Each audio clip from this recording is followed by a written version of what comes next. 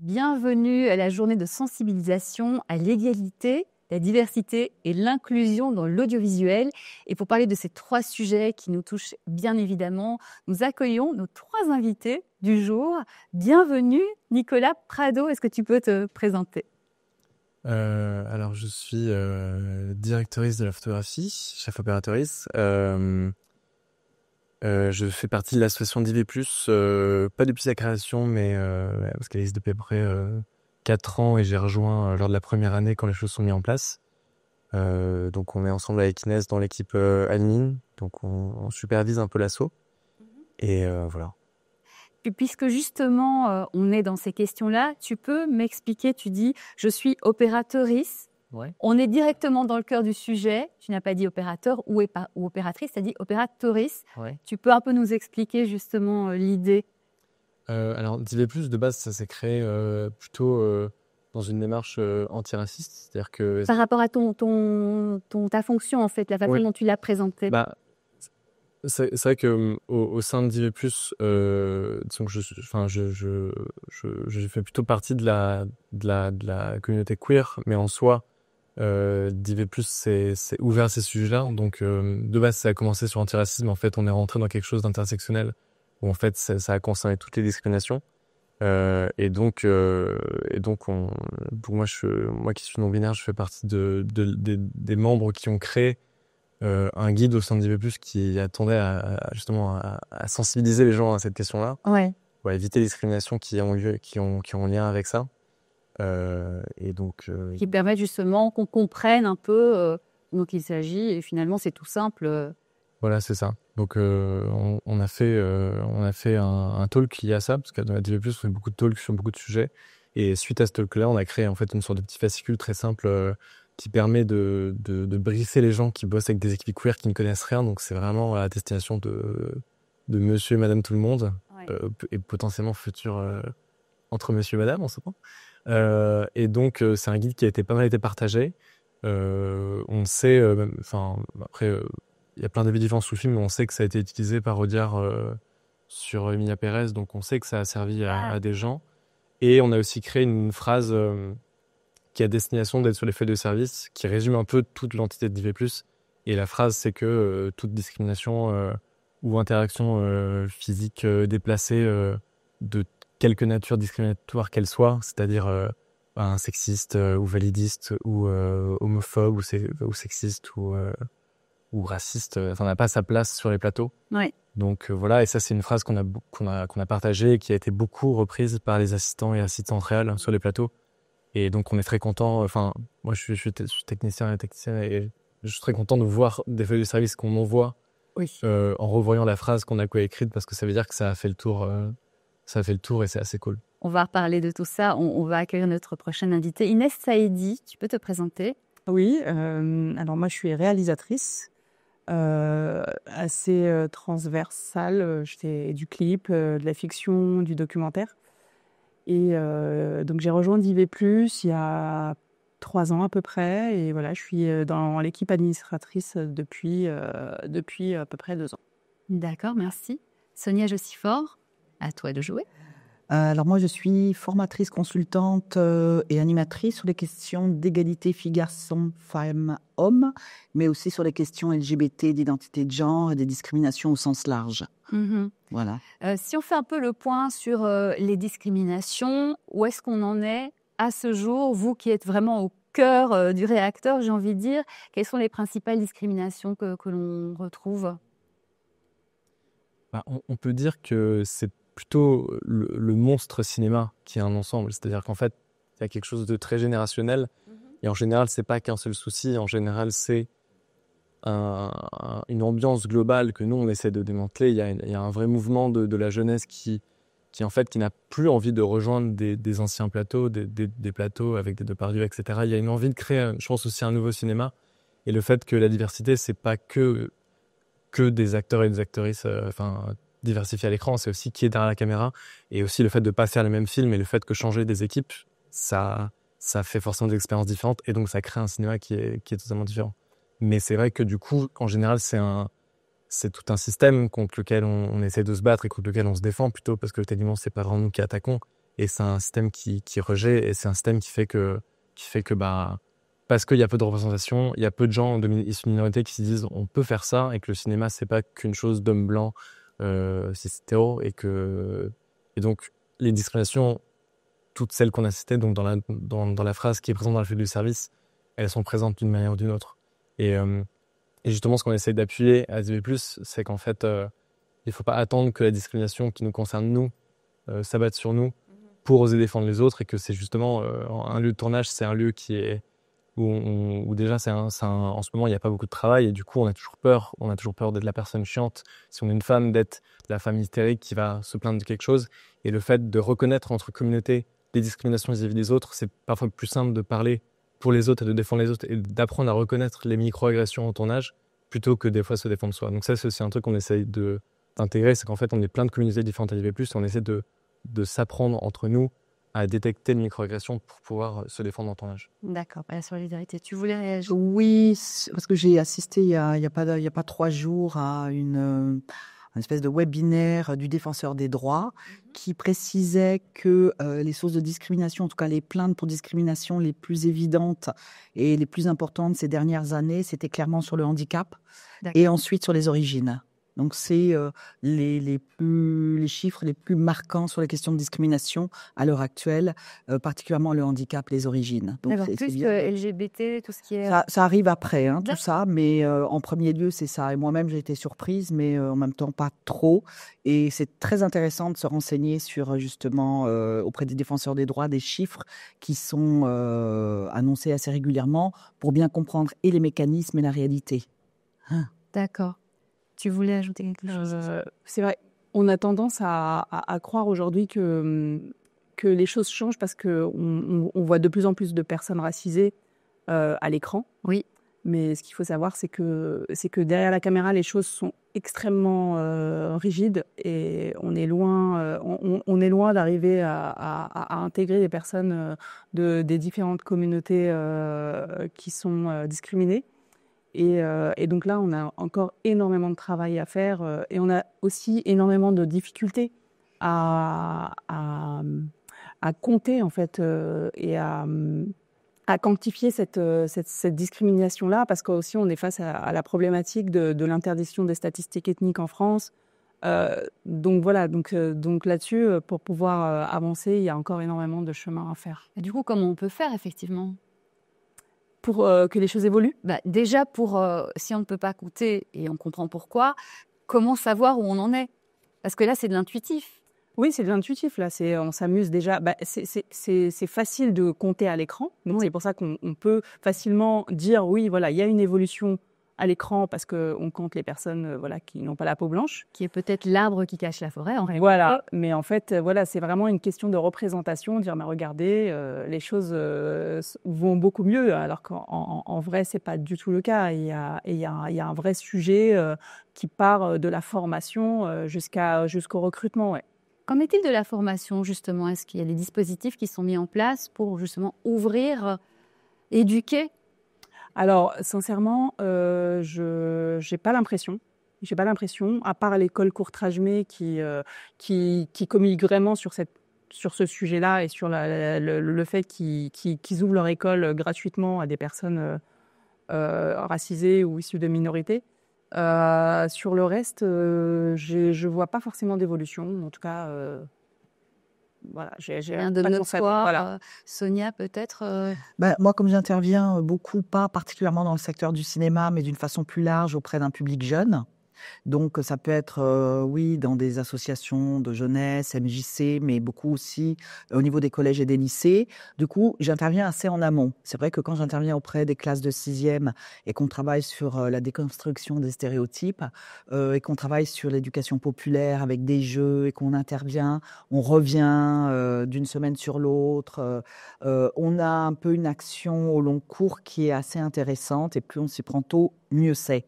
Donc, c'est ce qu'on appelle l'éducation à la vie relationnelle, affective et sexuelle, et qui regroupe en fait plusieurs thématiques. Et voilà, ça c'est vraiment de la sensibilisation plus que de la formation.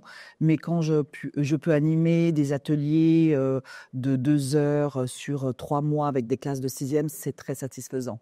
Voilà, plus on intervient tôt, mieux c'est. C'est ça, les jeunes sont très ouverts. Ils sont plus ouverts. Au collège, c'est plus facile que quand on intervient dans une classe de première terminale, Ah. où les choses sont déjà un peu inscrites dans les mentalités, la façon de voir, l'environnement culturel, la famille. Mais c'est toujours intéressant et on aborde les choses différemment.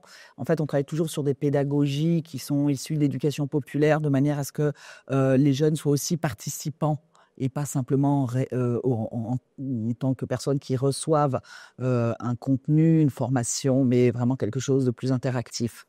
Voilà. C'est très intéressant ce que tu dis, c'est-à-dire qu'en quelques années, il y a une construction de la pensée qui devient plus rigide et plus fermée à la diversité, à l'inclusion. Alors, à la diversité, à l'inclusion, oui, parce que de toute façon, quand on est déjà en première terminale, on a un peu les schémas qui sont déjà bien ancrés. Quand on est en sixième, on se pose plein de questions, puis il y a une spontanéité sur laquelle on peut déjà avancer, questionner. Ça ne veut pas dire que c'est pas du tout possible, mais c'est vrai que plus on s'y prend tôt, et ça c'est pour tout en fait. Pour tout, plus on s'y prend tôt, on peut travailler sur l'écologie. Moi, j'interviens de façon des fois transversale, avec des problèmes de l'écologie, de l'addiction aux écrans, et en même temps aux questions d'identité de genre, au backlash sur les masculinistes sur les réseaux, comment on l'aborde. Donc, plus on intervient de façon un peu transversale et qu'on travaille un petit peu sur la déconstruction des stéréotypes et en même temps, arriver pour les jeunes à développer leur esprit critique, là, je trouve que c'est vraiment satisfaisant. Quels sont les principaux freins justement à la diversité, l'inclusion? Donc, on a compris, il y a déjà l'éducation, une pensée qui se crée, qui se ferme. Qu'est-ce qu'il y a comme autre frein d'après vous? La France est généralement assez réfractaire à ça. Kaname Onoyama, qui a créé DV+, lui qui est de base japonais, qui est à l'AFC, qui est donc l'association de chefs français, il travaille assez peu en France et il travaille beaucoup plus en Angleterre et aux États-Unis, où il y a des vrais systèmes qui sont en fait des systèmes de mentorship, qui ne sont pas des stages, qui ont un système d'accompagnement. Le problème en France, c'est qu'on a un peu la culture du bizutage. C'est-à-dire que si on prend quelqu'un de jeune sur un plateau, on va lui montrer à quel point c'est dur de faire du cinéma. Et du coup, toutes les minorités qui déjà vont avoir du mal, ou des personnes précaires, vont en fait subir ça. Déjà, le cinéma, c'est un art qui est quand même un art plutôt de riche, en fait. C'est un art où on gagne assez mal sa vie au début. Donc, en fait, on a déjà des discriminations qui sont des discriminations, justement, en fait, on va dire financières. Mais également, il y a un vrai problème de mentorship dans le sens où nous, c'est ce qu'on essaie de créer à DV+, c'est-à-dire d'avoir quelqu'un qui est mentor, qui va accompagner quelqu'un de jeune et quelqu'un issu d'une minorité qui n'aurait jamais mis les pieds sur un plateau autrement, et un moyen de faire découvrir en fait à une personne comment on travaille, et ça, quand ça a été fait, c'est pas possible de le faire tout le temps. En fait, les gens commencent à travailler dans ce milieu et ça marche. Le souci, c'est qu'en fait, il faut trouver les gens qui ont envie de le faire. Donc, par exemple, dans le cas de l'image, on n'est pas du tout que des chefs-op à DV+. Il y a beaucoup de gens de l'image parce que ça a commencé avec gens de l'image. Mais pour trouver des chefs-op seniors qui veulent prendre quelqu'un en charge, c'est beaucoup plus compliqué. Et donc, c'est compliqué de déconstruire tout ce système-là très français. Par exemple, pour prendre les assistants et assistants de cam au début, où quand tu vas rentrer dans une équipe, tu vas être 3e S-cam et on va te bisuter sur un long métrage, et ensuite quand tu auras bisuté, qu'on saura que tu as les épaules pour supporter ça, on essaie de trouver une approche qui est de pas traumatiser les gens quand ils rentrent dans le cinéma et de pas les décourager, et d'essayer d'amener donc des personnes sur un tournage de manière bienveillante pour leur montrer comment ça marche. Et ça peut être compliqué. C'est-à-dire qu'en fait, on peut être confronté même avec toute la bonne volonté du monde, au fait qu'on trouve pas les gens en fait seniors qui sont OK pour former les gens. Et donc ça, je dirais que c'est un frein, et du coup c'est pour ça que aussi qu'on essaie de faire ça, c'est qu'on essaie de mettre les gens en contact pour créer des rencontres. Et même une fois que ce cap-là a été franchi, il y a aussi toute la difficulté d'évolution. Déjà, il y a ce premier step qui est extrêmement difficile pour les personnes racisées. Et une fois qu'on a commencé d'entrer, d'entrer dans ce milieu-là, déjà ce step-là, il est extrêmement difficile. Une fois qu'on a réussi, justement, Kaname Onoyama, c'est le constat qu'il a fait et qu'il a amené aussi à créer l'association, c'est que lui, il était très actif en France, dans le milieu de la publicité. Mais ce qu'il voulait faire, c'était du cinéma, c'était faire des longs métrages, et il a été confronté vraiment à un plafond de verre qu'il n'a pas réussi à passer. Et il a fallu qu'il s'expatrie pour pouvoir faire du cinéma comme il en avait envie. Et pourtant, c'était quand même un chef-op de renom. Et voilà, donc il y a vraiment une réticence à ouvrir aux personnes qui sont pas issues du milieu, qui appartiennent pas à la grande famille du cinéma, voilà. Oui, l'homme blanc de Voilà. 50 ans, le fameux cliché. Tu voulais réagir? Non, je suis tout à fait d'accord et je vois tout à fait de quoi vous voulez parler, puisque c'est un milieu quand même qui est assez, on l'appelle l'entre-soi, un peu un milieu d'entre-soi, et des gens qui souvent sont propriétaires de leur appartement pour pouvoir vivre, en fait. Donc c'est vrai qu'il y a, moi je trouve, un vrai problème de classe et d'accès à d'autres cultures, à d'autres personnes. C'est pour ça que Courtrajmé, effectivement, est assez significatif dans leur expérience. Et nous, ça nous arrive avec une autre association, Femmes et Cinéma, d'engager un travail de réalisation de courts-métrages sur les thématiques de l'égalité, avec donc les CPE, les élèves de toute la France, pour leur permettre de comprendre justement un tournage, comment ça se passe, et puis peut-être éveiller des vocations chez ces jeunes. Et donc on travaille avec des zones qui peuvent être des endroits un peu reculés en milieu rural ou périurbain, et où les jeunes s'en donnent à corps joie. Donc je trouve que c'est intéressant d'aller vers une meilleure accessibilité de ces métiers-là, de cette ouverture au cinéma, pour aussi raconter d'autres récits. Ça, je crois que c'est très très important d'avoir un autre type de récit que ce qu'on voit en général dans le cinéma français, qui est très centré sur la capitale ou sur les lieux de tournage assez importants comme Lyon, la région PACA, l'Île-de-France, et où on raconte toujours un peu des récits un peu semblables. Donc, la Donc, diversité des récits la aussi. diversité des récits, elle est liée aussi au fait que ce soit des personnes particulières et singulières, comme ça a été dit dans la table ronde précédente, de gens qui ont d'autres choses à raconter de leur histoire, et pour lequel on a envie de se projeter, on a envie aussi de voir autre chose, quoi. De ce que vous dites de l'entrée dans ce milieu de minorité, ça a l'air quand même très très violent. Il y a des gens qui passent. Comment font ces personnes, que ce soit des personnes qui ont un handicap, des personnes issues de la communauté LGBT ou queer ou autres, ou des personnes justement racisées? Comment ça arrive? Comment elles font? C'est quoi leur truc du coup, d'après vous? Ben, c'est pour ça qu'on appelle ça une minorité, malheureusement. Donc il y a toujours des personnes qui arrivent, mais en soi, Quel conseil on pourrait donner aux personnes qui rêvent de passer ces caps, quoi? Oui, en fait, il faut se mettre en relation avec des gens qui ont des combats similaires, je pense. En fait, je pense qu'il y a, ça c'est mon avis personnel, mais je pense qu'il y a un peu un abandon d'essayer de draguer l'ancien monde, et je pense qu'on n'est plus intéressé par courir après des vieux tournages. Enfin, même si on arrive à avoir ce tournage, est-ce qu'on a envie d'être sur ce tournage avec des agressions, avec des sujets pas traités? Je pense qu'il faut se lier avec des gens comme nous, et que parfois être communautaire, ça peut aider beaucoup, en fait, parce que traverser ça tout seul, c'est trop compliqué. Donc ne pas être seul, se trouver des associations, être ensemble, peut-être porter des projets ensemble pour commencer, Oui, se créer un réseau. Un des projets et des objectifs de Div+, c'était de pouvoir aussi mettre en relation des personnes qui ont la même façon de voir le cinéma et la même façon de voir la société, tout simplement. Et ça a permis quand même à pas mal d'équipes de se former. Après, ça reste marginal, ça reste du financement très indépendant, parce qu'il y a aussi le CNC qui régit tout ça. Donc, il y a quand même des choses qui commencent à être mises en place, notamment il y a le fonds diversité qui existe, mais ça reste très anecdotique. On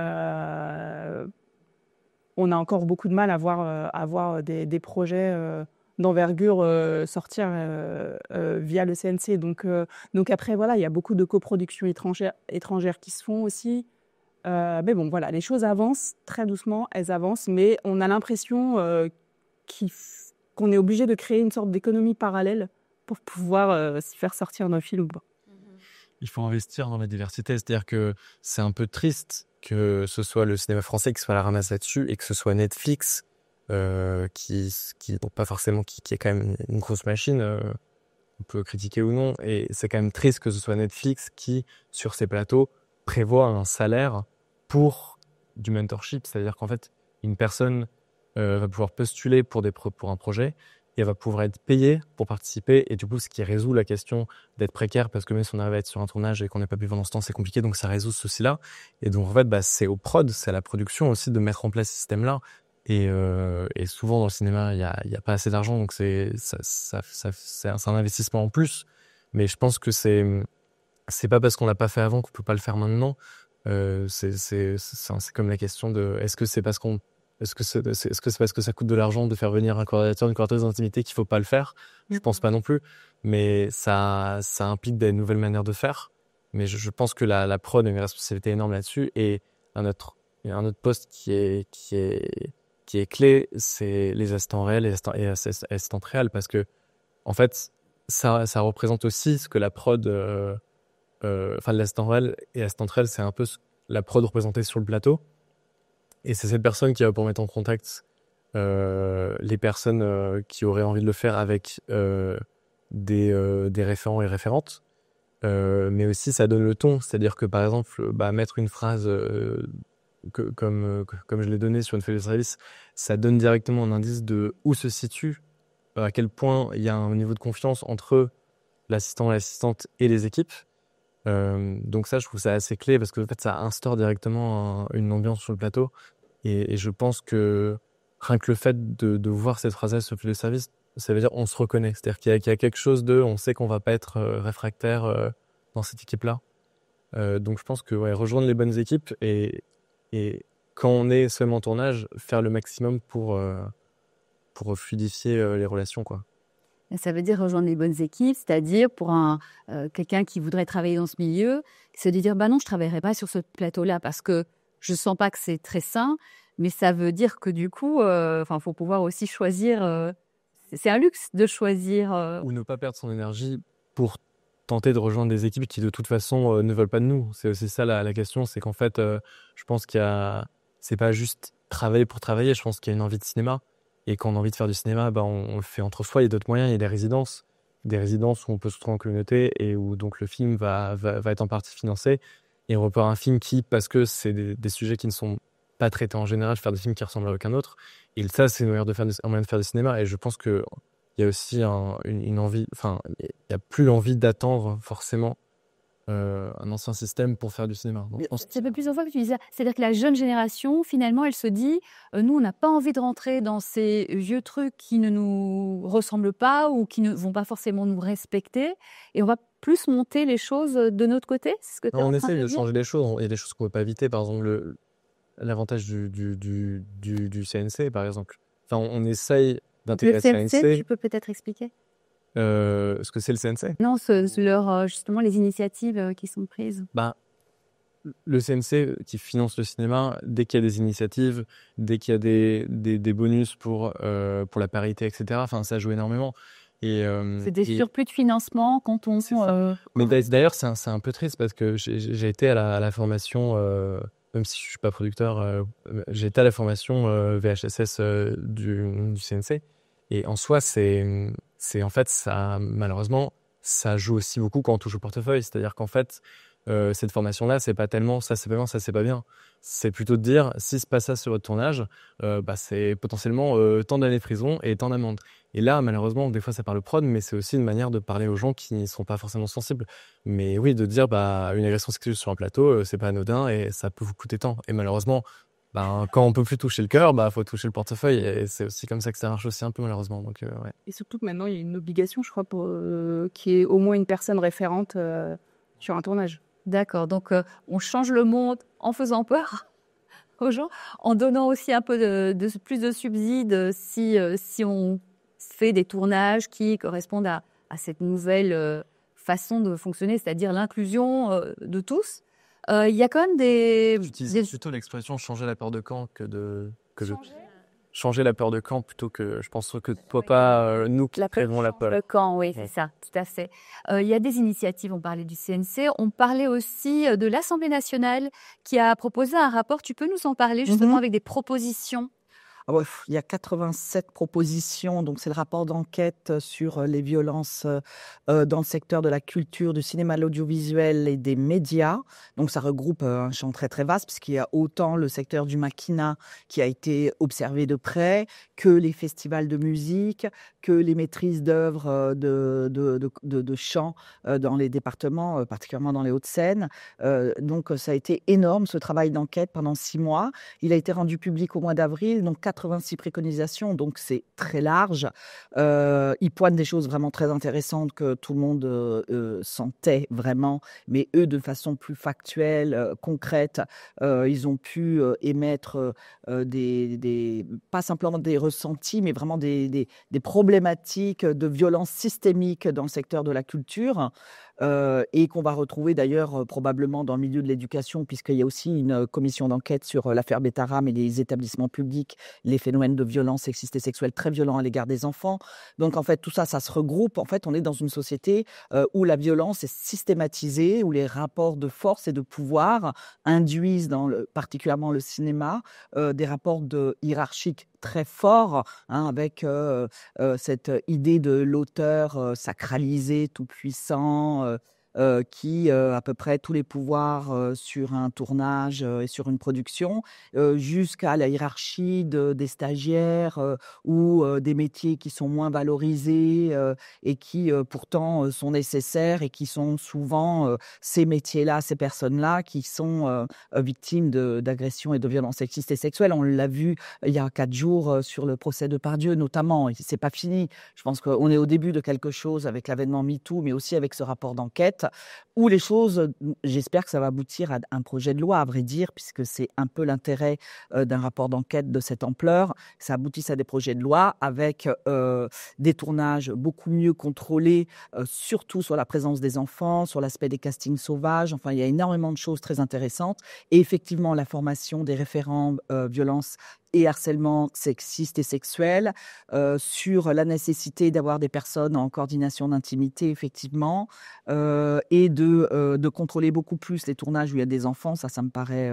je repense à une jeune actrice, je crois que c'est Nina Meurice, qui, dans le cadre de cette commission d'enquête, disait j'avais 10 ans, on a tourné une scène où je dois me faire agresser ou violer, et puis je comprends même pas ce qui m'arrive, et puis après, il y a une ou un assistant qui vient vers moi, et pour me faire changer les idées, il me fait voir des petits poussins dans le plan d'eau juste à côté, et j'ai halluciné qu'on imagine qu'à 10 ans, d'aller me promener autour d'un étang d'eau pour voir des poussins, ça allait me faire passer l'expérience traumatisante que je venais de vivre sur ce tournage.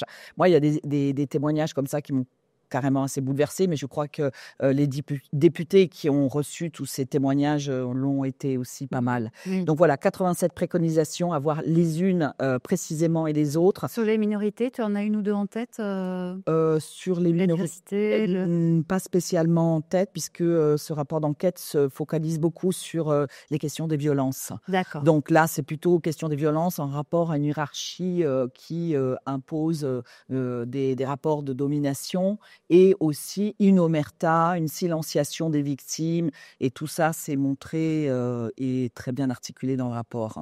Très bien. La première chose sur laquelle on peut agir, selon vous, où il est essentiel d'agir pour faire avancer les choses? Je pensais à quelque chose là, oui. Par rapport à ce qu'on a entendu tout à l'heure. Le fait de dire pourquoi est-ce qu'un chirurgien dans un film ne serait pas forcément une chirurgienne. C'était de prendre toujours par défaut des rôles d'hommes. C'est intéressant parce qu'en fait, ça vaut pour toutes les autres minorités. Et je pense que même les personnes qui écrivent des scénarios peuvent préciser ça sans que ce soit forcément justifié par l'intrigue. Et je pense qu'on est dans un moment en France où l'islamophobie est très haute. Aux États-Unis, on a un mouvement de régression absolument terrible pour les personnes trans. Je pense que implémenter même dans les récits, en fait, des minorités qui sont pas forcément et dont leur identité ne dépend pas forcément de l'intrigue, et juste qu'ils sont présents parce que c'est des gens qui sont présentes en France. Et je pense que diversifier les scénarios et les rendre plus organiques de cette manière sans avoir à les justifier forcément, ça peut être une première solution aussi, qui du coup, pour parler un peu, pas que des techniciens et techniciennes, et aussi parler juste des écritures de scénarios, en fait, on peut implémenter cette diversité-là. Une directrice de casting, justement, qui travaille beaucoup comme ça, qui qui suggère à ses réalisateurs, est-ce que tu es sûr que pour ce rôle-là, tu peux pas prendre une personne issue d'une minorité, sachant que c'est pas des rôles qui impliquent une identité particulière. Donc le travail, ce changement de mentalité, il doit venir de tous, quoi, autant du réal que de la prod, que de la directrice de casting, parce que parfois un réalisateur, quand il va écrire un scénario, il va pas forcément y penser, mais il n'est pas forcément opposé à la chose. Parce que voilà, on n'a pas encore cet automatisme-là, et en fait, il est vraiment, ça se joue à pas grand-chose, et je pense que la plupart des gens sont pas forcément opposés à ça, c'est juste qu'ils n'y pensent pas. Oui, c'est bien de le dire aussi. Un petit mot pour conclure sur cette idée-là, et puis avant qu'on se quitte, quelles idées? L'idée aussi que finalement, parce que la question aussi, c'est penser à ajouter ces personnes-là dans nos castings, dans nos équipes, etc. C'est pas que on ne veut pas, c'est que juste ça doit devenir normal. Ouais. Et donc, et peut-être aussi, je me propose d'ajouter aussi l'idée que pourquoi des réalisateurs en chaise roulante, des réalisateurs issus de la diversité, LGBT, de minorités, eux aussi, ils doivent prendre la parole, créer des emplois. C'est ça. Moi, il y a une chose qui, à mon sens, est fondamentale, parce que le cinéma, c'est quand même une question qui soulève beaucoup de sujets de société. Et c'est par là que beaucoup de choses peuvent le changement arrive beaucoup par le cinéma. Et je pense que c'est important qu'on puisse donner la possibilité à des réalisateurs de s'emparer de leur propre récit, parce qu'on a beaucoup des gens qui s'approprient le récit et qui en font un peu n'importe quoi. Et donc, en allant dans ce mouvement-là, on aura forcément des répercussions sur pas que dans le milieu du cinéma, mais dans l'ensemble de la société, quoi. Voilà, des réalisateurs, des réalisatrices, des réalisatrices. Bref, on a tous quelque chose à faire pour faire changer les choses. Merci beaucoup pour votre participation. C'est un sujet très intéressant et on espère que les choses vont avancer. On espère que cette émission vous a plu. Merci de nous avoir suivis dans le cadre de la table ronde de l'EMC.